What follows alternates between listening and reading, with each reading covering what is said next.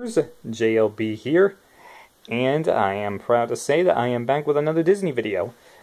And I think this might be one that some of you might be familiar with from your childhood, because today, in this installment of Animation Cinema, we are going to be taking a look at the Great Prince of the Forest himself, Bambi. The story of Bambi actually originates back in 1923, when an Austrian author by the name of Felix Salten wrote the novel Bambi, A Life in the Woods. Eventually, about 10 years later, Sidney Franklin, producer and director at MGM Studios, purchased the film rights from Felix and intended to adapt it into a live-action movie. However, after years of experimenting, he eventually decided that trying to portray the realistic emotions of animals would be a little bit too difficult to capture onto the screen.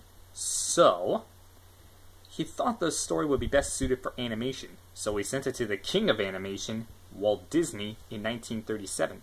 April 37, actually. Walt wanted Bambi to be his follow-up to Snow White, but since he knew that animating realistic animals was a little bit harder than originally conceived, they decided to hold off on making Bambi. So Bambi ended up getting pushed back at least about a few years. He ultimately began working on crafting an adaptation of the film,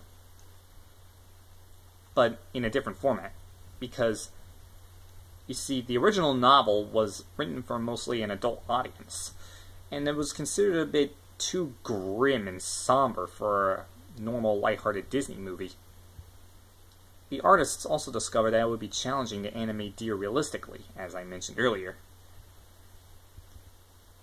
But then in 1938, Disney assigned Pierce and Carl Falberg to work on the film's storyboards, but the attention was soon drawn away from the studio to begin working on Fantasia.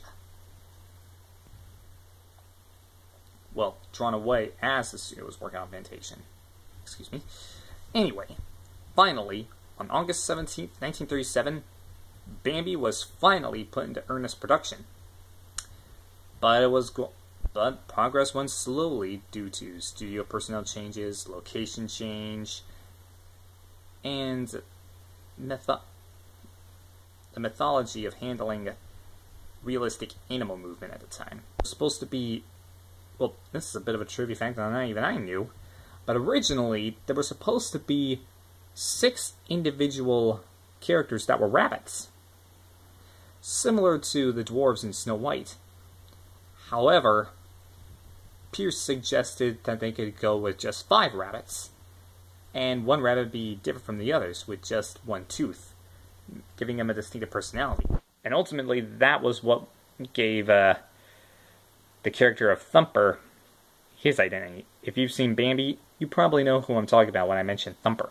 The film was intended to be a little bit darker than usual because, well, if you remember watching the movie Bambi, you probably remember that one scene.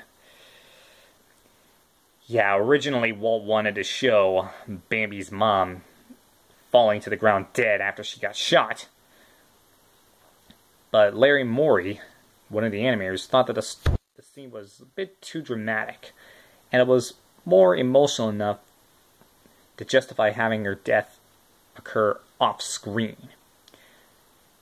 And also, another bit of a dark twist for the story was Walt originally wanted the hunter, or man, as said in the film, to be killed by the fire that he accidentally started. Or inadvertently, whatever. But this too was also discarded, because he made the very smart decision to not show the hunter at all in the film. It made him that much more threatening, that much more powerful. And ultimately, it's what led to Man being considered one of the best villains in movie history.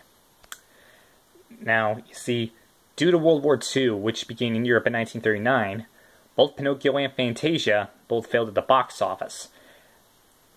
So, facing financial difficulty, Disney had to cut about 12 minutes from the film's original runtime before the final animation to save production costs.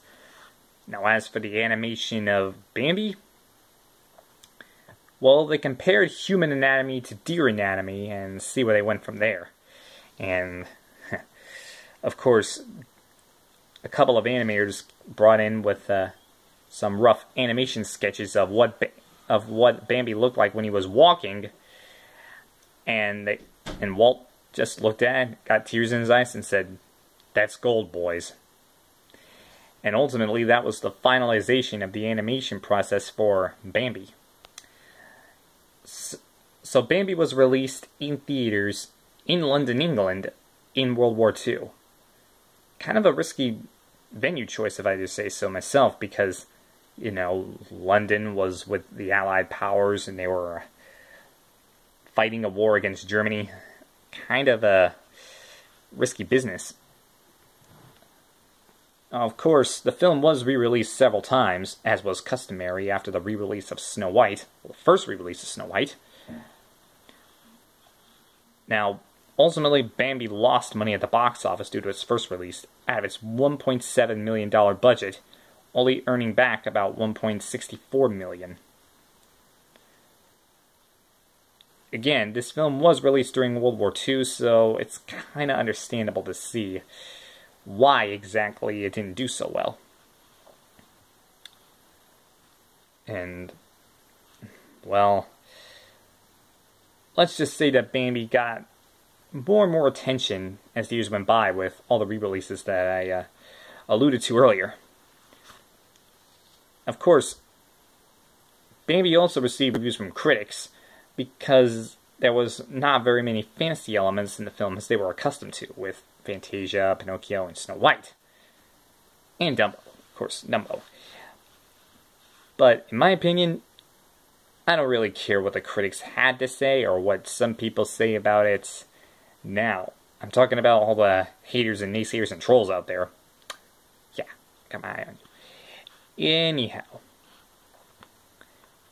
you see, personally, I kind of think Bambi is a bit of an influential film because it ultimately showed that animals can be animated, and easily too. I mean, back in the 40s, it was not easy to draw a realistically walking animal.